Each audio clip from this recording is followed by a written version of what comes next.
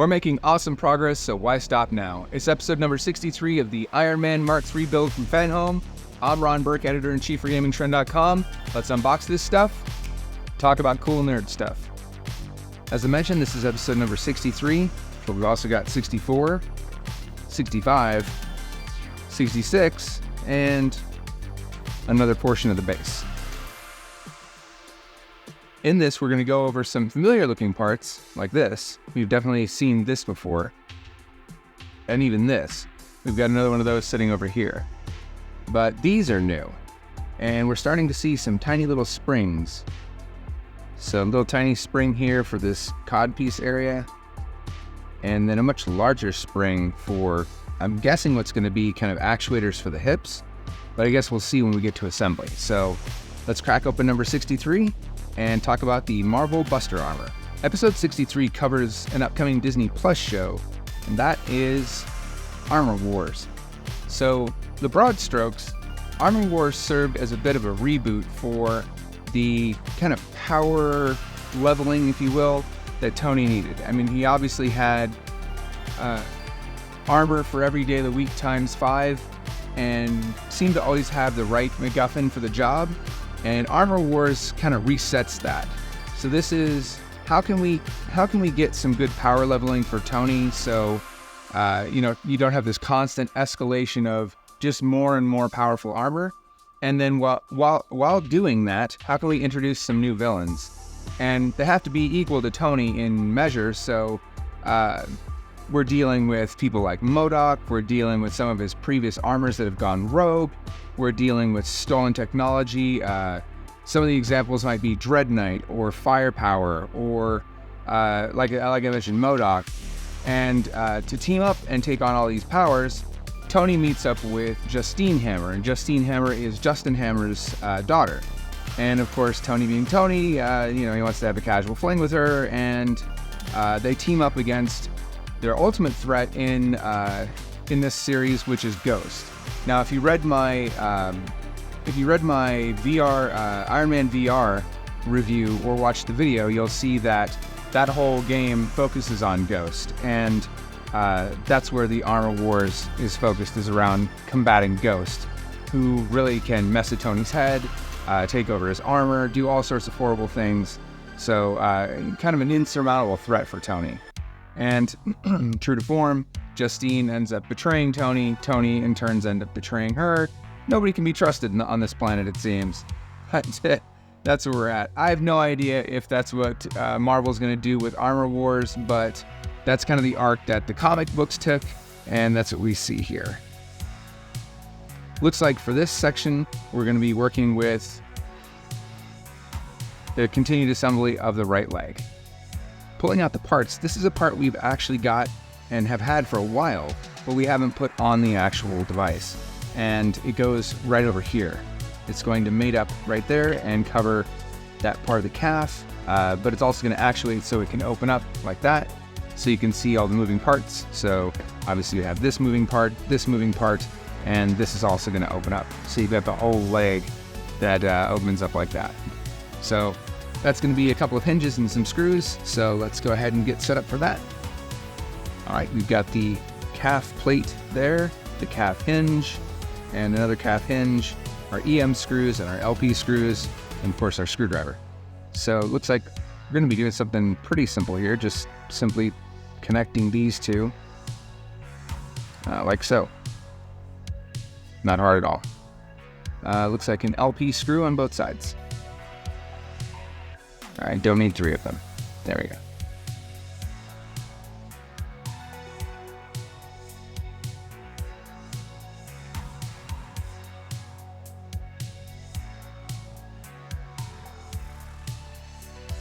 As I often say, we are connecting plastic to plastic with metal, so don't over tighten this.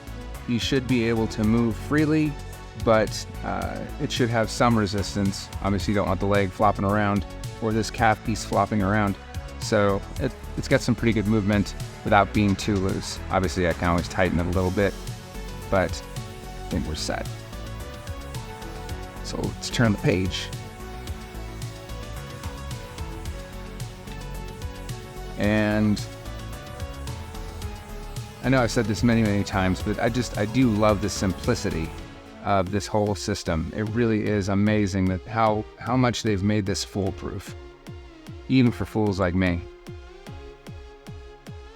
That has a spot that it just lays in. I mean, doesn't get any easier than that.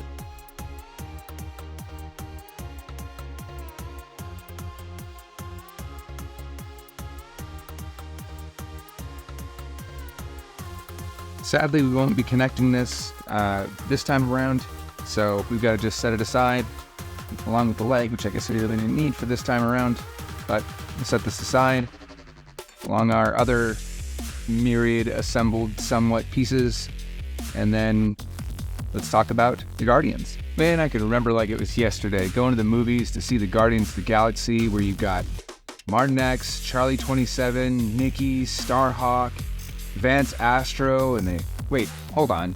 Those aren't Guardian names. Well, yeah, actually they are.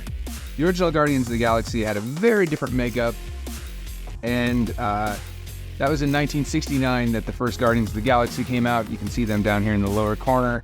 Obviously a very different group than what we have today. The new Guardians came about in 2008, and that's going to be Star-Lord, Gamora, Drax, Rocket Raccoon, but they're also joined by none other than Mantis, Adam Warlock, and Quasar. So we have a little bit of a different makeup, and we wouldn't be talking about it if it wasn't also attended by Iron Man himself. So the Guardians had a very different makeup and feel to them, definitely different leadership. Instead of the constant tension between Thor and Star-Munch, you obviously have Star-Munch and Iron Man in this case, fighting over the leadership of the group. So a very different look and feel to the Guardians. If you want to get a good look at Rocket Raccoon in some various different outfits, obviously he wasn't always wearing his kind of rigged out gear, kind of secret agent rocket here and official fishbowl helmet Rocket Raccoon down here. It's hard not to love Rocket. He's a lovable little scumbag. But yeah, if you wanted to get a different look at the Guardians of the Galaxy, this comic will definitely do that for you. Let's talk a little bit about Civil War II. Now, obviously, the leadership involved in the first Civil War was Iron Man and Captain America, but there's a second Civil War, and that's between Iron Man and Carol Danvers. So during a situation where Rhodey is working with Carol, Rhodey ends up getting killed, and as a result, Tony and Captain Marvel end up in conflict. Tony builds this armor that looks not unlike War Machine and squares off against Captain Marvel. Now, Tony has some amazing armor, but I mean, we talked about power leveling. There is no competing with Carol Danvers. So I did mention how much, if you wanted to pick up one complete set, it's Civil War. Well, here's my second recommendation. Civil War II, you can see how that plays out. So let's put this one aside and take a look at episode 64. Episode 64 is a lot to unpack, so let's crack this open and talk a little bit about, well, we'll get to the motorcycle armor, but first let's talk about Rescue and Tony's ability to come back from the dead no matter what. So in the previous episode, we mentioned that Tony built the Rescue armor and that for the first time, Pepper really got to use it as opposed to just being rescued by it. And this is kind of that come to life. So Tony has passed into that vegetative state. Remember, to fully kind of purge all of the chances of anybody getting their hands on any of Tony's armors, he had erased his memory. Well, too far. He even lost his ability to breathe. So he just flat out forgot what it is to function. And so as a result, he's in this vegetative state. Now, Tony being Tony, he's left behind some instructions for his friends. Literally, assembled here are the tools and the know-how needed to bring me back, to reboot me. Who does he ask to reboot him? Well, obviously Pepper using the Rescue armor, but also Maria Hill, Black Widow, Donald Blake, which in the comics, that's actually Thor. Thor has this alternate ego as opposed to just running around as Thor all the time. He has this alternate ego, Donald Blake, that allows him to kind of camouflage and blend in with humans. So, and then obviously his best friend is Bucky Barnes. Bucky Barnes has taken over the mantle of Captain America. That's a little bit different than it is in the movies, but you've got this kind of all-star team of Tony's most of the time friends, simply tasked with bringing back Iron Man. And they do. I know, what a surprise, right? We do see some of what we saw in earlier, the first Avengers movie. Thor ends up using Mjolnir to electrocharge Tony and bring him back to life. I mean, if you want to reach back to literature, I suppose it's the same plot as Frankenstein, but just the same. This does bring back Tony, and naturally, Tony has managed to leave little, let's call them threads, back to his previous life that are going to cause him problems. Doctor Strange intervenes to try and help, and we get to see a little bit of that kind of out-of-body experience for Tony. But once again, we have the full and total resurrection of Tony Stark, courtesy of his friends. Let's take a look at this little set of parts over here and get it connected up to looks like the left side leg. All unpacked.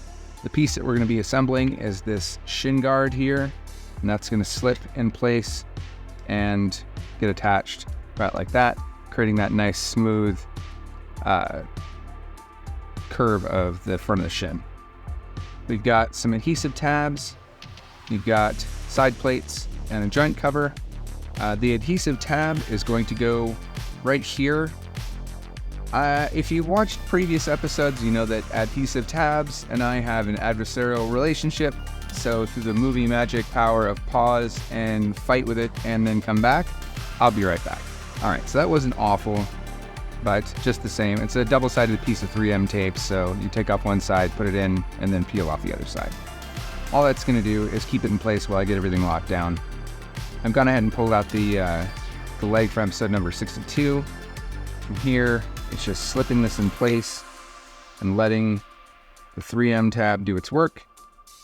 This is going to, probably need to pay attention to this a little bit. So right there is where we're going to lock it down. I need to get these on the other side of this little lip here. So this has to slip down on top, and then this part has to kind of, see how it kind of worked back in there? And I've got to do that on both sides, just like that. And then this 3M piece will hold that in place. See, it's already all secure. Now I just need to drop some EM screws on there, and I'm done with that part. Not sure what the purpose of the tape is. Seems like this will stay put no matter what, but just the same. You give me tape, I'm gonna use tape. Oh, did I put it in the right spot? I did, okay. That's really tough. Why is that being so difficult? Looks like just gotta push that up just a little bit. Get the alignment just right. There we go, much better. Let me get the other side, and then I'll lock it down.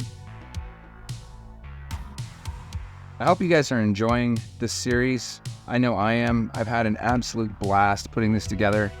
I know there are other projects that Fanhome has. They have a charger. I think it's a charger from Fast and the Furious movies, so you can, mumble about family while you put together a car. They just introduced an Optimus Prime that looks to be about the same size as this one.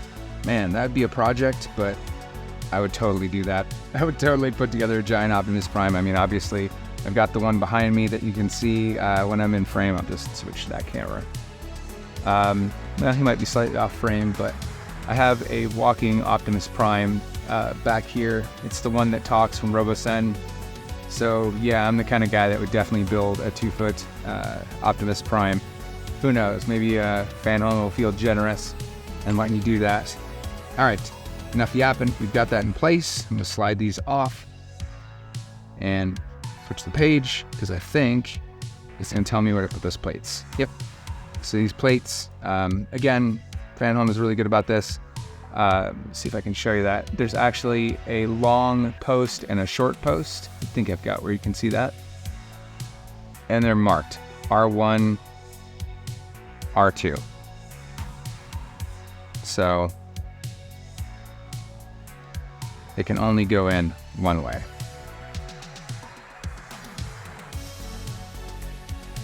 Which is to say the opposite of the way I just attempted to do it. Again, I could redo that take and have you not see that, but where's the fun in that? None of us goes through this life without making mistakes.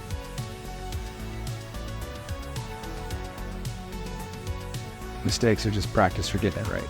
All right, there we go. All assembled and looking good. And the tape obviously holding the entire thing together, looking amazing. All right, let's set this aside and finish out this episode. Now, Tony Stark is often referred to as billionaire, philanthropist, playboy, and we obviously see that come to life in both the movies and the comics. But there was actually a moment where Tony lost it all. He had basically spent his largesse in its entirety rebuilding the mansion, rebuilding Quinjets, rebuilding just constant funding of everything under the sun. Riri Williams' armor, Hawkeye's technology, Spider-Man's suit, all this stuff comes out of Tony's pocket. And the Avengers, and really kind of peripherally everybody else, has been the beneficiary. And during one moment, Tony basically had to reach back out to the crew and say, I'm tapped. I'm done, man. I got nothing. And had to unilaterally dissolve his foundation, which is formed under his mother's name.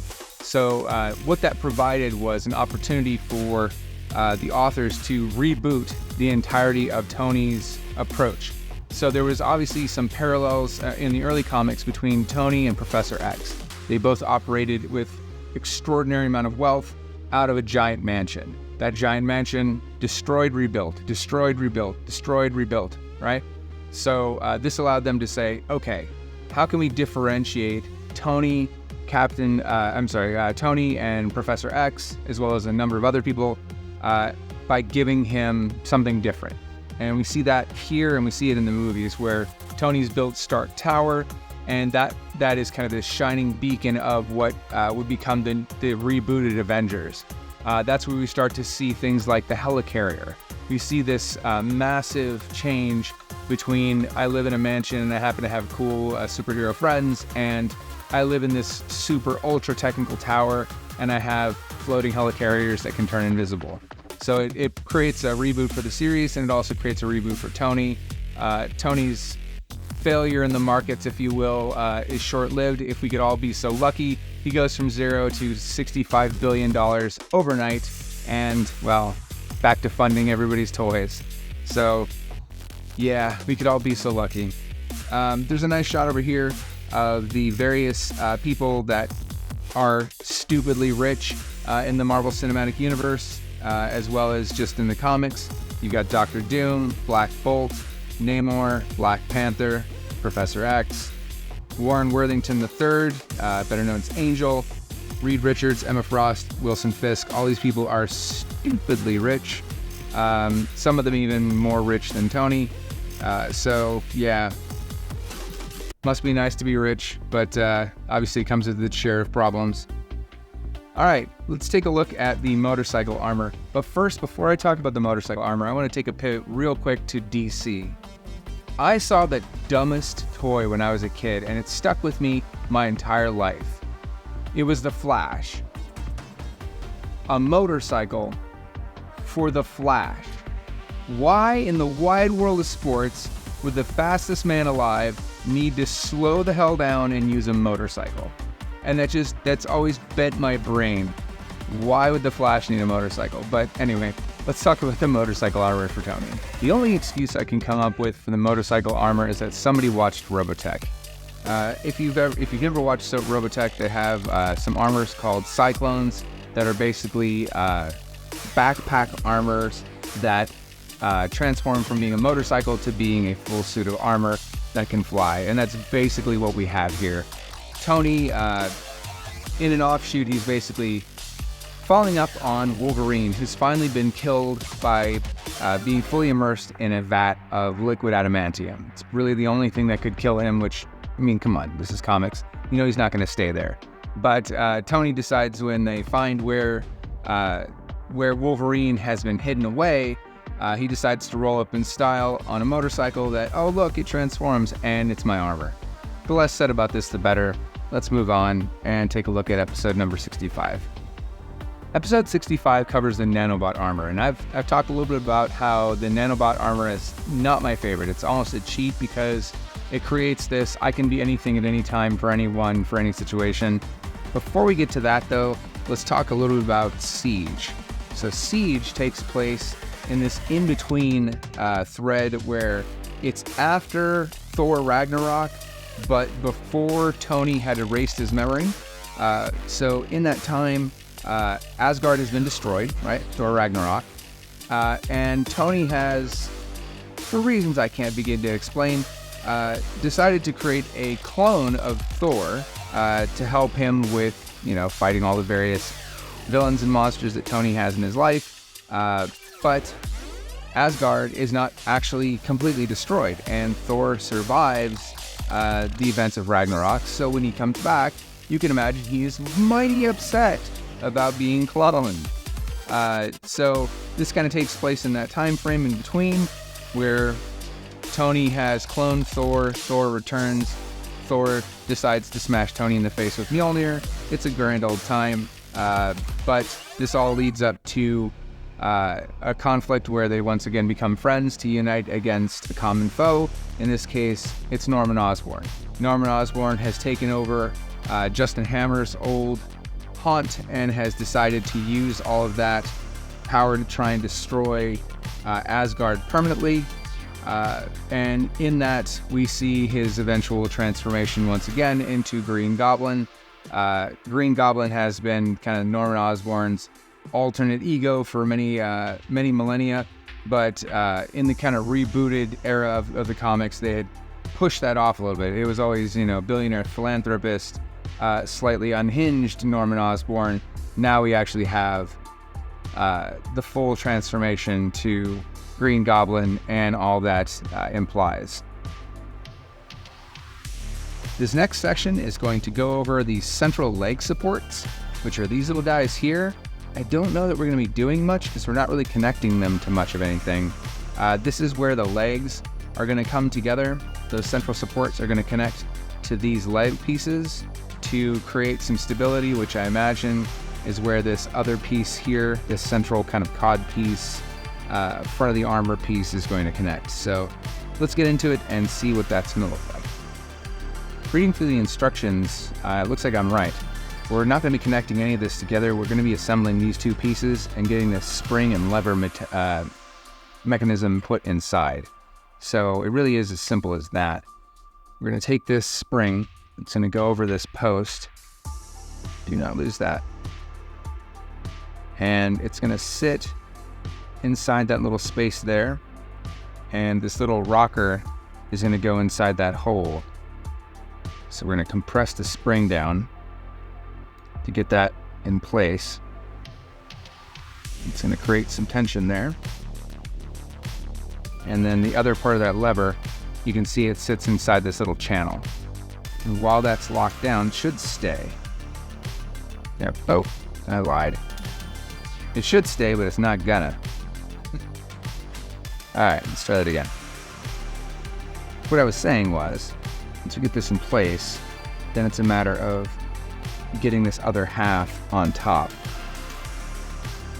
which we're going to do rather quickly. And that other post should come through. There it is. Sorry, I really couldn't show you much in there. You can see there's this little latch there, and that's got tensions. That's going to slip over something and lock it in place. So I'm going to have to hold this and grab some screws, drop them in to lock this down. I apologize. Sometimes these things have a little bit more flexibility for me to show you what I'm doing, and sometimes you gotta look at the instructions and take it on faith that I'm holding it all together. Which, metaphor for life, I don't know. Most of the time, I'm holding it all together. I think I got, that one's, it's this one, not the wild one.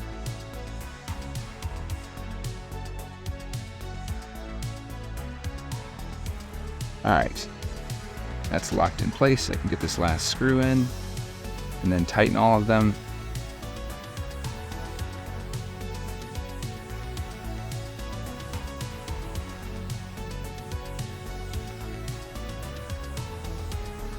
And I put a screw in there, but I actually don't think that, that actually doesn't get a screw yet.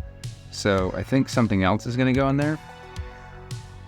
Yeah, I actually didn't latch it down to anything. There's a small slot there, so it looks like something's going to go in there, maybe to actuate, and then it's going to lock down to the screw. So, reading the instructions. It's just this last piece.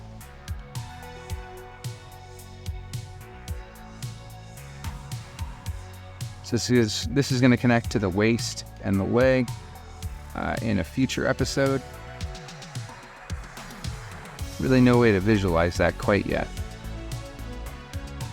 Alright, that's done. Let's go ahead and set it aside amidst our field of parts and talk about... Oh, there we go. So yeah, I guess this is going to sit in the front, which means that this piece is going to go over the front of it. Yep, there it is. So that piece is going to go inside there and get locked down. So now you can kind of visualize what that's going to look like. That's going to all get covered, and then the legs are going to slip in here, probably with some central piece to hold it all together. I do love kind of visualizing all this come together. Really gives you a good look at how the sausage is made. All right. For realsies this time, moving on, let's talk about Daredevil and Iron Man. Despite both men being residents of New York, Daredevil and Iron Man really haven't crossed paths that often. And mostly it comes down to just their approach, how they help the people of New York. Daredevil is a man of the streets. He is somebody who engages at that street level, taking down thugs, trying to crack whatever the hand is up to, and generally working at that street level. Whereas Tony is very much that high-flying. He wants all of the glory. He wants to do things that are big and bold. And we see that come together in one of the few instances where they do work together. Tony uses Extremis 3 to cure Matt Murdock of his blindness. And in doing so, Matt is realizing just how much power Tony really has and how he really could help people more than he does. And that turns into this major conflict where Tony and Matt duke it out. And in that fight, Tony just decides he's not going to give him any more Extremis, and Matt's blindness slowly returns to him. And but in that, Matt really sees Tony for who he is. He's somewhat disaffected and disconnected from the people that he's working to save. And he kind of puts that to the test. He says, okay, Mr. $65 billion billionaire playboy, here's what I want you to do. I want you to buy Hell's Kitchen. Not only do I want you to buy Hell's Kitchen, literally an entire borough of New York, I want you to buy it, and then I want you to rent it to the people of New York for nothing. Simply improve Hell's Kitchen by making it an area where there is no homelessness. The people that live there for free. Well, Tony doesn't do that, of course, but it does underline kind of the differences between these two men. On a personal note, I couldn't be more excited to see Charlie Cox return as the Man Without Fear, and I am so excited to see Daredevil come to life eventually on the silver screen. And just congratulations to Charlie Cox for managing to pull out of the Netflix mess and somehow land on his feet. You know, I guess it's kind of what Daredevil does. So congratulations to them, and looking forward to seeing it in motion on the silver screen. Let's talk about the Nanobot armor. The age of the Nanobot armor really comes from the transition from kind of classic writer Brian Michael Bendis to the age of Dan Slott. Now, Dan Slott had taken the Spider-Man property and built it up to this massive pop culture behemoth, and they wanted to do the same thing for Tony Stark. Bendis's work mostly had a very damaged and traumatized Tony, and Slott's approach was more, let the man live. Let him actually explore what it's like to have a somewhat normal life. It's not always on fire. He's not always dying. Let him actually have moments of peace. And in between the moments of peace, well, now we need a new set of armor to make it where he can fight insane threats. So his first real test of that comes from, and no, I'm not joking for those of you who do not read comics, this dragon's name is Fang Foom. An alien dragon named Fang Foom. Tony has to use this new armor of his, this nanobot armor, and in it, he's able to take on this giant extraterrestrial dragon and destroy it. Obviously, nothing stays destroyed. This actually ends up being a primary antagonist for Tony. I just think it's fun. Let's say it one more time. Fang Foom. Okay, one more time. Fang Foom. On to 66.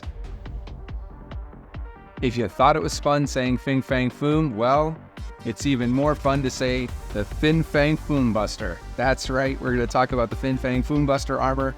But first, we're going to return to what we were just talking about, 2 comics ago, and that is that transition in between state where we've got Thor coming back from Ragnarok and, being unhappy with being cloned and the squaring off against Norman Osborn. So this obviously covers the portion right after the let's smash Tony in the face for cloning me, and instead we're getting into the actual fight against Norman Osborn. So this is really Tony's opportunity to reunite with Thor, but there's also some other returning foes and friends. In this case, Hela was actually the responsible party for destroying. Well, I mean, I guess it really depends. You could say that Surtur is responsible for destroying Asgard, but ultimately, Hela is the reason why Ragnarok was unleashed in the first place. Now I'm being really dorky. Hela also becomes a problem for Tony and for Thor to tangle with, and we see that here, as well as Steve Rogers donning what definitely looks like armor from maybe a different long-haired DC person. That will remain nameless. But yeah, swinging a sword around of all things. But when you're fighting medieval gods, that's what you do. It's what you do. But it's the fight between Norman Osborn's forces. So you have kind of this high-tech, powerful army, and then we have kind of the transition to the Green Goblin. So you have this kind of supernatural element, and then on top of it, you have the otherworldly, where you have invading monsters like dragons and all sorts of insanity. So this must have been a blast to animate, to do all the comic work and the ink and color work for, because it's just pure insanity come to life on the page. Dark elves and Fafnir and all sorts of madness. All right, let's go ahead and get this central. They're calling it a central leg support. We're gonna call it the cod piece. Let's get the cod piece built. So much like this piece, we're gonna be assembling the shell, the cod piece here. But it's mostly just attaching this kind of hinged spring plate and these 2 rotational bases that I imagine will connect to something else at a later date. When we're done, you can see over here that's gonna be kind of this hinge plate in there, and then these pieces set aside. So we're gonna have to be careful to not lose these. These are pretty tiny. But first, it looks like we're going to, wow, they really don't show you much here. So we've got the spring, and that spring is going to go onto this little tiny post. Let's see if I can show you that. Little tiny post right there. And then all that's gonna happen, whoa, stay put, is we're gonna take this piece here, that's gonna slip over the spring, and then we're gonna put 2 screws in. So I'm actually gonna do this the other way around. I know that that's what they suggest, I want to see if this locks in better onto this side and see if maybe I can drop that in place. And let's make sure we've got it facing the right way. It looks like the rounded, or this kind of angled edge here is going to go up here. I guess that kind of makes visual sense. But we're going to try and get that in there without dropping it. And it did. All right. So I've got that in place. I just need to grab some screws, and then I'm going to have to kind of squeeze this in place. So you'll forgive me, you're probably not going to be able to see much. I'll try. Oh, yeah, there we go. Getting that to line up is going to be fun. All right, I got a couple of threads in there. Now let's get the other side.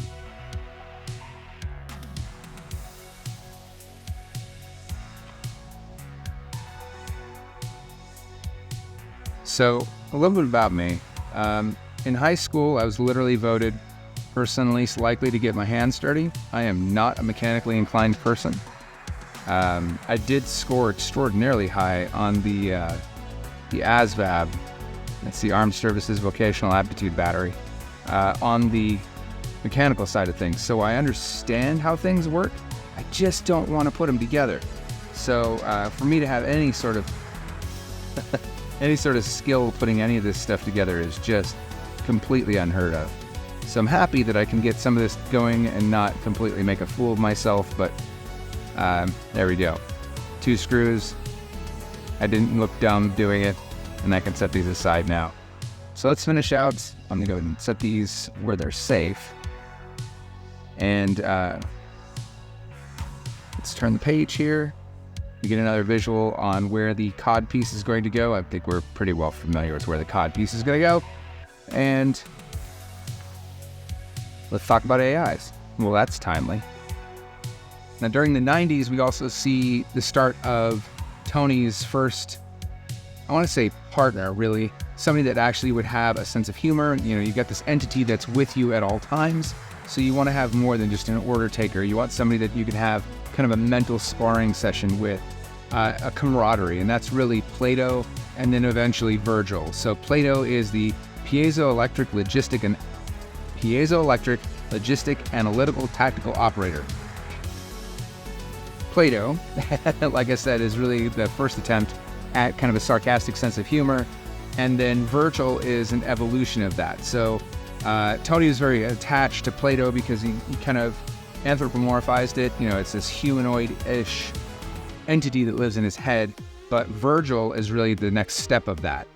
Virgil is more of a modular AI. It allows him to, kind of getting into that, I can attach whatever I want to have whatever I want. So Virgil was really the first opportunity for Tony to have a visual representation. So Virgil could self-project, he could actually become a hologram, he could exist in the real world. Now, AI has not even close been a smooth road, and we see that in the first child with Ultron. So Ultron, obviously we have Tony trying to evolve, and we have the conflict between Jarvis and this kind of advanced AI that ends up becoming Ultron, and you end up with Vision, etc., etc. But Ultron actually created a AI of his own, and that's his, let's call it daughter, quote unquote, Jocasta. And Jocasta, we obviously don't have that in the Marvel Cinematic Universe, but Jocasta is really a malevolent force that has, in this next era of AI, we have some problematic AIs. The first of which is Ultron. Now, Ultron wasn't designed by Stark. In fact, you also have the first instances of AIs designing AIs.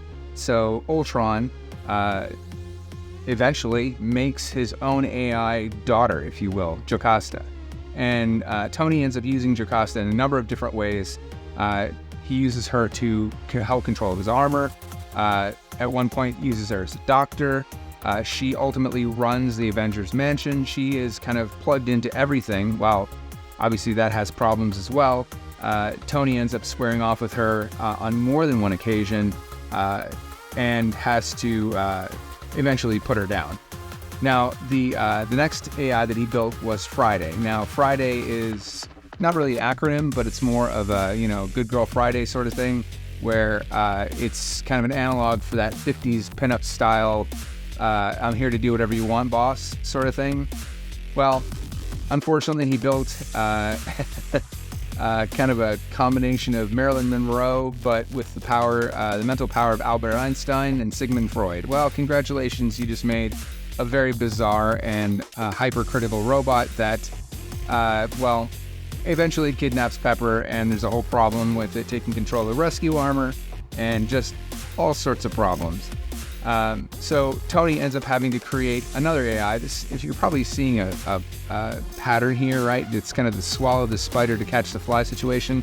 Much like how he creates armors to solve his problems, he also creates AIs to solve his problems with AIs. So that's how we end up with Jarvis, which stands for Just a Rather Very Intelligent System. And he uses Jarvis to help get Friday under control. Friday, ends up begetting, if you will, Helen, and then you have Tony. I mean, how long could Tony devise these other robot entities before ultimately deciding, I'm going to make one of myself? And he ends up creating a kind of simulacrum that ends up inside of Riri Williams' armor. So, and then you have the AI that he's embedded inside of Spider-Man's armor. The man just loves to create AIs. So, we have Tony kind of being Tony, either creating armors that are problematic or creating AIs that are problematic, and then using one to solve the other. So, this is not just, this is kind of an overview, if you will, of how it goes in the comics, but this is not even an exhaustive list of all the various AIs that he's created and all the various problems those AIs have then either solved or been a problem of, or been a problem and then solved. Let's talk about the Fang Foom Buster. Now, if you're already thinking it's completely insane that Tony Stark has an anti-dragon set of armor, I'll remind you that not too long ago we were talking about Doctor Doom going back and getting Excalibur, and then Merlin was involved and there's time travel. So this is the least weird thing that we're talking about, at least in recent memory. So last comic we talked about, in the last episode we talked about Fang Foom. You might notice that Fang Foom has taken on a humanoid form. Obviously we want to make Tony be able to fight it, so there you go. You've got a humanoid version of this alien monster. The ultimate roots were from the Fantastic Four.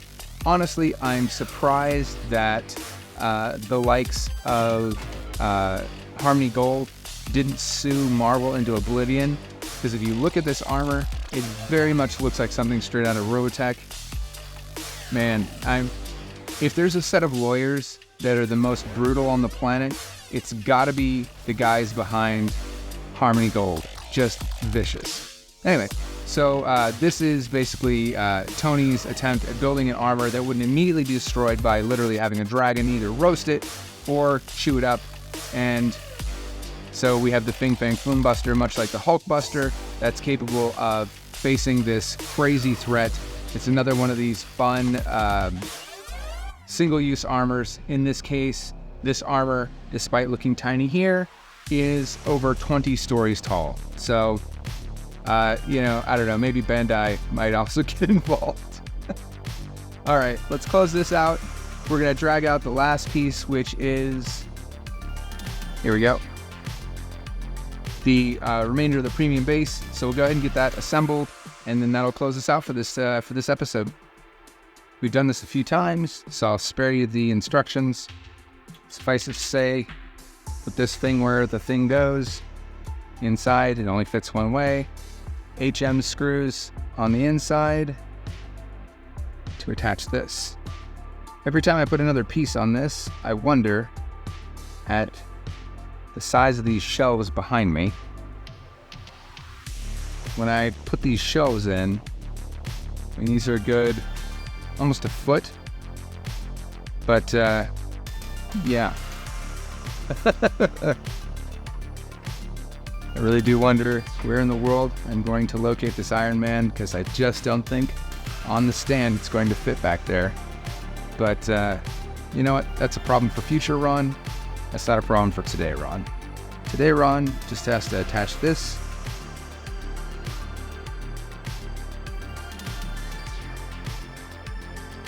to the existing base piece, and that base piece will become a problem for future Ron.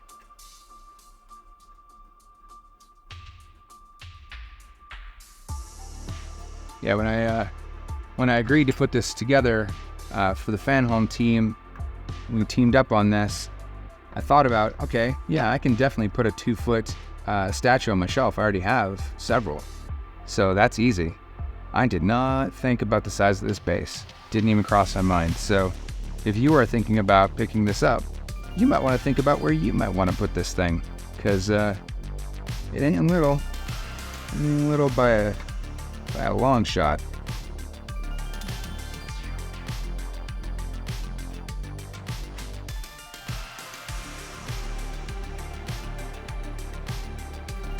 This will definitely be one of the coolest things on my shelf, though. We did take a look at the R2-D2 as well. They have a functional R2-D2 that has app control, if I remember correctly. I don't think it'll hold the plans for Rebel Base or anything, but I do know that it does move around, beeps, all that stuff, so it has a little bit more functionality than any of their other collectibles. I know that they also have some action figures on the smaller scale, some various X-Men and stuff like that, if I remember correctly. I want to say they have I want to say they had some Ninja Turtle stuff as well. But yeah, they've got a pretty cool collection of goodies. If you haven't, take a pop over to Fanhome and check out their front page. They do have some different stuff if you're in the UK versus the US, but pretty close to the same. All right, there we go. That's another piece down. And this base is really starting to, well, it takes up more than the entirety of the camera as it currently sits. This thing's going to be almost as big as this entire table. So yeah, this is not little at all. But that about does it. Thanks again for joining us for this episode of the Fanhome Mark III Iron Man build. We're really starting to put together something that's starting to become a completed armor set. So this is going to be amazing when it's done, and I'm really enjoying sharing it with you. So let me know in the comments if you have any questions, and stay safe out there. We'll see you again very soon.